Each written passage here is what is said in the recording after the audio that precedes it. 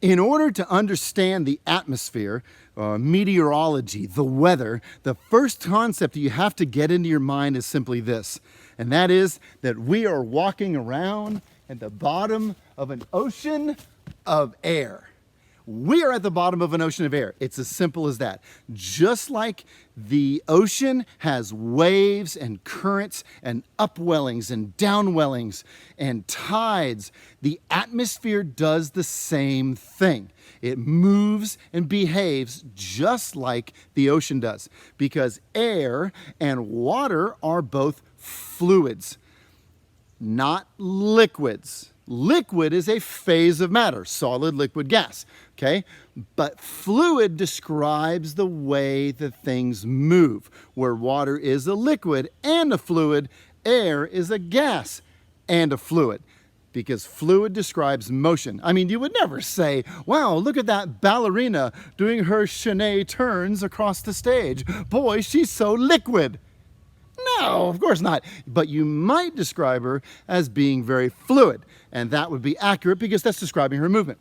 So we are at the bottom of this ocean of air, and just like the ocean, the air is going to move and behave the same.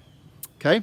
Now the air itself, just like the ocean, our atmosphere, has layers to it. The very upper layer is called the thermosphere. That's because it's way out there, way at the top of our atmosphere, right on the edge of space. And because it's right on the edge of space, it's dealing with almost no pressure. We're at the top of the ocean. Because of that, in a sense, if you could see our atmosphere 100 or so miles up, you would see that it's boiling. It would look like the boiling pot of water. Imagine you're making macaroni and cheese and you're boiling the water and it's bubbling and moving and there's bubbles popping and there's steam and all this. That, in a sense, is what our atmosphere might look like if we could see it at that level, because it's right on the edge of space and the vapor pressure is zero and all the atmosphere is bubbling and churning. It's only gravity that's holding stuff down, keeping our atmosphere where it is. Most of it is, a lot of it anyway, is bubbling off into space.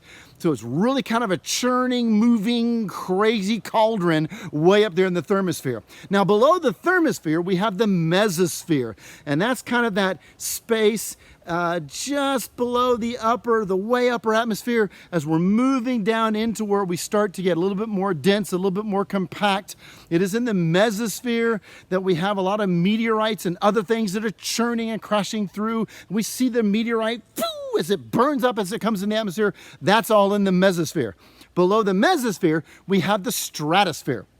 And it's called the stratosphere because of the word stratum, which means layer. And that's where we find this whole area of the atmosphere that's layered. One of those layers you're familiar with is called the ozone layer. And that is the area in there that helps to shield us from ultraviolet radiation that's coming to us from the sun. That UV layer, or the ozone layer right in that area, that blocks us from the UV light that would give us sunburns and things like that.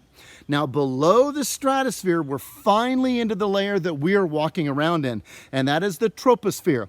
The troposphere is named that because it's constantly moving and turning upside down and churning and blowing and swaying.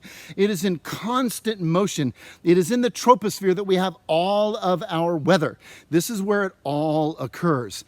And this is that lower part of the atmosphere, the densest part of the atmosphere, and that is the part that we are walking around in right now. So if you can understand the layers of the atmosphere and understand that in the troposphere is where we have all of our weather, and it is in this troposphere that we have all kinds of the currents and the tides and all the effects of that fluid atmosphere moving around us. If you can get that into your mind and understand that that is the bottom layer of our ocean of air, you will be all set to understand meteorology.